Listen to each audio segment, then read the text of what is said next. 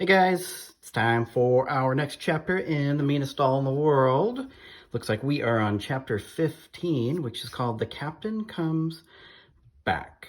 So if you remember correctly, Mean Mimi is in the house somewhere, and now nobody's seen her for a while, and they're worried about the state of the dolls. And so let's see what happens. The Captain Comes Back, chapter 15. You know something, Annabelle, said Tiffany, moving closer to her friend. I think that's a very interesting idea. I really do. Tiffany glared around at the other dolls. Why, Tiffany is right, of course, said Mama Doll. Yes, Annabelle, you've come up with a most interesting idea. You never know what positive thinking might accomplish. It can't hurt, said Dad Funcraft. We'll certainly try to incorporate it into our plan, said Auntie Sarah. Annabelle didn't answer them. She edged away from Tiffany and sat quietly, apart from the others, while they discussed plans for trapping Mean Mimi. She knew her friends and family were just being nice. They probably even felt sorry for her. Well, she thought, then they could go ahead and feel sorry. That was their problem, not hers. The dolls and the Funcrafts didn't end the meeting of the NDA until it was nearly time for the Palmers to wake up. Dad Funcraft, Bailey, and baby Brittany were about to return to Nora's room when Tiffany said, Hey, we never decided where Annabelle and I should go. Where do you think Kate and Nora would expect to find us? They didn't notice us after we came back yesterday, said Annabelle, but I guess we should return to where they left us before we went on the exploration with Auntie Sarah. Yes, that sounds safest, agreed Papa. So the Funcrafts hurried off, except for Mom, who was one of the heap on the parlor floor of the doll's house. Annabelle, many days earlier, a lifetime earlier, she thought, had been sitting awkwardly in the kitchen before she left on the exploration with Auntie Sarah. And now she returned to her spot, and she began to worry. She had a long list of things to worry about: whether the Funcrafts would reach their home safely, whether Kate would notice that Annabelle had been missing and then had mysteriously returned, whether Mean Mimi had been hiding in Kate's room and had overheard the discussions of the NDA. And then she remembered her plan: positive thinking and deep breathing. She set her worries aside and instead imagined the Funcrafts walking calmly through the hallway, encountering no one, and quietly entering their home while Nora slept on. Then she imagined Kate waking and going about her morning without so much as a glance at the dollhouse. She tried to imagine Mimi somewhere in the Palmer's house, far from Kate's room. But she didn't want to think about what Mimi might be doing, so she practiced her deep breathing instead. Breathe in, breathe out. Calm, calm, calm. Several hours later, the last of the Palmers had left for school or work or errands, and Annabelle heard only empty house noises. She glanced into the parlor and called softly, Papa, can we move about now? Papa, can we move about now? A sing-song voice mimicked from below. Without waiting for permission, Annabelle leapt from her chair and leaned over the edge of the dollhouse. Who said that? Auntie Sarah demanded to know. Who said that? Repeated the voice. Mean Mimi stood at the foot of the stool, feet planted wide apart, her hands on her hips. Is that you, Mimi? Called Papa Doll. Is that you, Mimi? Called Mimi. Young lady, I don't care for that behavior, said Nanny. Young lady, I don't care for that behavior, said Mean Mimi. She grinned. Stop that this instant, cried Uncle Doll. Stop that this instant, cried Mimi. Bobby joined Annabelle at the edge of the dollhouse. I'm a whiny little toad, he shouted. I'm a whiny little toad, said Mean Mimi. See, she admits it, Bobby exclaimed. She's a whiny toad, and she admits it. Annabelle began to laugh. You're the only one true queen of all dolls, Annabelle, she yelled. She smiled down at Mimi, waiting. Mimi marched huffily out of the room. You can't even play your own game, Bobby called after her. Several minutes later, Tiffany and Bailey peeked into Kate's room. Is the coast clear? Bailey called softly. All clear. Come on up, replied Bobby. Tiffany and Bailey sat at the top step of the stool and laughed as Annabelle and Bobby told them about Mimi and her game. I think you ought to be careful, though, said Papa Doll from the kitchen. I'm not sure you want to provoke her. Ha, said Bobby. But that night, not 10 minutes after Kate had turned out her light, Annabelle was startled by a noise that seemed to come from outside the Barbie camper. It was a small clatter, the sound of plastic hitting wood. A moment later, she heard a second clatter, then a third and a fourth. Had Kate gotten out of bed? Annabel tried to see through the darkness.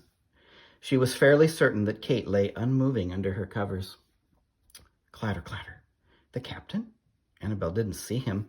And then, hee! Annabel stifled a scream. "Mama," she said in a loud whisper. "I know," Mama said softly. "What should we do?" asked Bobby. "Chase her out of the room?" "No," Annabel whispered, remembering her plan. "Don't do anything." "But she's going to wake Kate up," Nanny hissed. "And if Kate wakes up, she'll see that we're all exactly where she left us," replied Annabel. "But what is she going to think about this strange doll who's running around her room?" asked Uncle Doll. "Well," said Annabel. "Rumors," said Papa Doll with a small moan. "This is how they start, and they spread quickly." Despite herself, a chill ran through the room. The next morning, Kate's floor was awash with tiny toys. Old Barbie accessories, jacks, pieces from a game of Monopoly, a plastic horse, Mr. Potato Head's eyes. Annabel watched nervously as Kate woke up and sat on the edge of her bed. She rubbed her eyes, she yawned, and then she looked at the floor. Frowning, she leaned over and fingered the plastic horse. She dropped it and reached for a Barbie purse. Then, still frowning, she gathered up all the toys and set them in a pile on her desk. "Nora!" she called.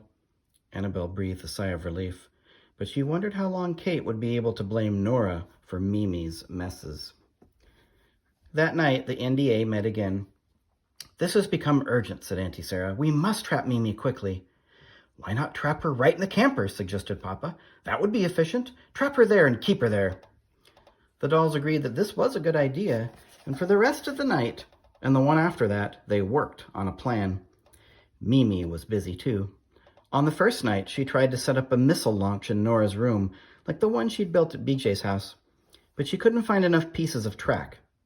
In the morning, Nora discovered 4 pieces of railway track and 6 small cars on her floor, and called her mother in to look at them. Mrs. Palmer scratched her head, and the Funcrafts held their breaths. The next night, while the dolls finalized their plan, Mimi located an old action figure at the bottom of Kate's toy chest and tried to order it around, but it stared vacantly at the wall. She left it sitting on top of the chest, and Kate shrieked when she saw it the next morning. "Our plan goes into action immediately," said Papa Doll, the moment the Palmers had left the house. "Quickly now, get to work." Annabel ran to Nora's room to alert the Funcrafts. Then, working swiftly and quietly, since they didn't know where Mean Mimi was, the dolls opened the door to the Barbie camper and tied one end of a length of string to the handle. They fastened the other end of the leg to the leg of Kate's desk. A pink shoelace, nearly invisible against the pink camper, was tied to a latch at the bottom of the open door, and a bell was attached to it. "And now for the best part," said Tiffany. "The lure." Tiffany placed a sparkly silver doll's tiara in the doorway of the camper. She had found it under Nora's bed. "Mean Mimi won't be able to resist this," she exclaimed. "Another crown? It's perfect for a princess, perfect for a queen." "All right," said Dad Funcraft. "This is serious. Let's be sure we know what we're supposed to do. We haven't got much time. Not if we want to trap Mean Mimi before Grandma Catherine comes back. She'll be the first one home." As usual, Auntie Sarah took over. "Mrs. Funcraft, you hide somewhere near the camper. The rest of us will hide in Kate's room, except for Annabel and Tiffany. You two call Mimi. Taunt her, tease her, do whatever is necessary to get her to come into the room. But don't let her see you. When she spots the tiara, she'll enter the camper, tripping over the shoelace, which will make the bell ring. As soon as you hear the bell," Auntie Sarah continued, looking at Mom Funcraft, "cut the string. The door will slam shut, and we'll help you fasten the latches. Mimi will be trapped inside." "But what if she makes a noise?" asked Nanny. "What if she bangs around inside the camper while Kate is in her room? What if—" "We can't think about the what-ifs just now," said Auntie Sarah. "We have agreed that we must trap her, so let's trap her. Come on, time's a-wasting." The dolls took their places. Annabel and Tiffany stood in Kate's doorway. Annabel called, "Mimi! Oh, Mimi, where are you?" And Tiffany shouted, Come and get us, Mean Mimi, come and... Tiffany, I think I hear something, cried Annabelle. I do, I hear footsteps. Hide! Annabelle and Tiffany ducked back into Kate's room and slid under her dresser. The footsteps grew louder. In a matter of seconds, the bell rang. Then Annabelle heard a small bang, which she hoped was the camper door closing, and then she heard a great, horrid, enormous clatter, followed by an angry meow. Annabelle peeked out from beneath the dresser and gasped when she saw the captain, the shoelace caught on his collar, tear out of Kate's room with the camper crashing along behind him. At the same time, she heard a car door slam and knew that Grandma Catherine had come home. Uh-oh, said Annabelle. Chapter 16, Former Best Friends. Alarmed, Annabelle turned to look at the spot where the camper had stood. What she saw now was a dusty rectangle of bare floor amid stuffed animals. She saw a clothes rack and an easy-bake oven. In front of a large lion stood Mom Funcraft, her mouth in a perfect O of surprise, one hand still clutching the string, the other clutching the tiara. I cut the string like I was supposed to, Mom Funcraft said. I don't know how... Captain, the dolls heard Grandma Catherine exclaim from downstairs. Hide, hide, everybody, hide, squeaked Uncle Doll. The Funcrafts carrying the string and the tiara fled from Kate's room faster than Annabelle had ever seen them run, and the dolls scrambled up the stool to their house in less than 2 minutes. By the time Grandma Catherine entered Kate's room, Annabelle and her family were in their positions in the dollhouse. Grandma Catherine carried the camper back to its spot and set it down. Annabelle was surprised to see that she looked annoyed rather than startled or puzzled. But when Grandma Catherine turned and saw the captain pad warily into the room, Annabelle understood why. There you are, Captain, you naughty thing, said Grandma Catherine. She scooped the captain into her arms. I told Annie you couldn't be trusted upstairs, but she wanted to give you another chance. And look what happened. You could have gotten hurt, Captain. How on earth do you get yourself into these situations? Grandma Catherine carried the captain down the hall, talking all the way. Annabelle knew the captain would once again be banished to the first floor, but she barely felt relieved. Compared to Mean Mimi, the captain was nothing more than an annoyance, like a flea or a hiccup. Mean Mimi was another story. Annabelle glanced at the Barbie camper. The shoelace was gone, but attached to the door handle was a tiny piece of string. It was the only sign of the doll's plan to capture Mimi. Annabelle told herself to be sure to remove the string at night, before Kate noticed it. The dolls knew that they had been taking too many risks since Mean Mimi had arrived. For the next 3 days, they stayed put in their houses, except when Annabelle ventured out to remove the string. They saw no sign of either Mean Mimi or the captain. Annabelle hadn't expected to see the captain again, but Mimi's disappearance made her feel nervous. On the third evening, she was desperate to talk to Tiffany. Can I please visit Tiffany tonight? She begged her parents. Please? We can't hide in our house forever. We'll go crazy.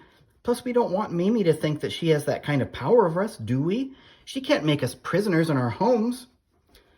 The dolls relented more quickly than Annabelle had expected, partly because Auntie Sarah announced that she thought it was high time she began planning another exploration. Annabelle's right, she said. We can't hole up endlessly. I can, muttered Uncle Doll. But Mama and Papa ignored him, and at last they gave Annabelle permission to go visit Tiffany. Go straight to Nora's room, though, they admonished her. No dilly-dallying. 5 minutes later, Annabelle was hurrying through the Palmers' hallway, then picking her way among the toys on Nora's floor. Yoo-hoo, she called softly. Tiffany was overjoyed to see her friend. It feels like it's been 3 years and not 3 days. Want to go to the attic? I bet Mimi hasn't found the attic yet. Annabelle wasn't so sure, and she thought of creeping around with Mimi on the loose terrified her, until she remembered her own words. She did not, in fact, want Mimi to think that she had any power, and so she agreed to go to the attic. Do you think it will be okay with your parents? Tiffany wanted to know. I think so, replied Annabelle. They didn't say not to go. And so Annabelle and Tiffany made their way to the Palmers' attic, where they sat in a dusty corner behind a discarded hat box. Usually they tried to find a spot in the moonlight, but not on this evening. They wanted darkness. Isn't it creepy, said Tiffany.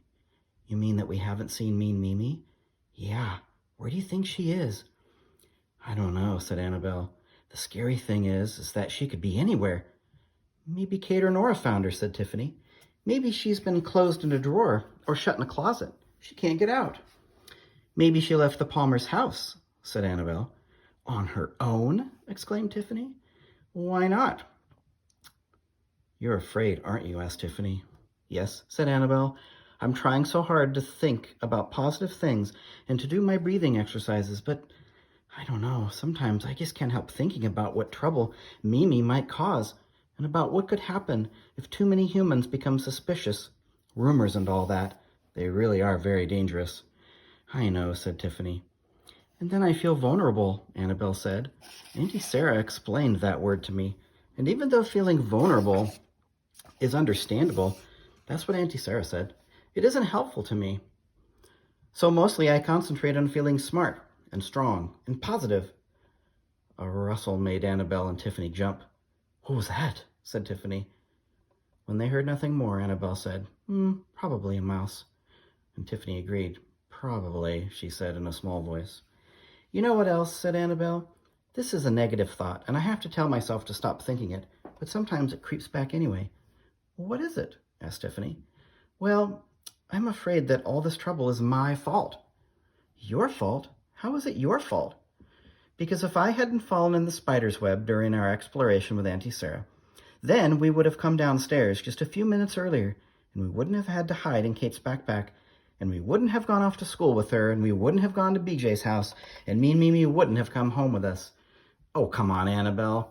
You couldn't help tripping. Besides, Auntie Sarah had already let us stay in the attic too long. I know, but I did trip, and it made us even later. I'm not like you, Tiffany. You do everything right. You're bold and strong and adventurous, just like Auntie Sarah. And I'm afraid of falling and climbing. I am even afraid of getting wet. You're you, Annabelle, said Tiffany. Annabelle managed a small smile. And that is the perfect place to stop in this chapter, with a little bit of a sneak peek at what's coming down. And I hope you enjoyed it, and we will continue this story another time. See you later.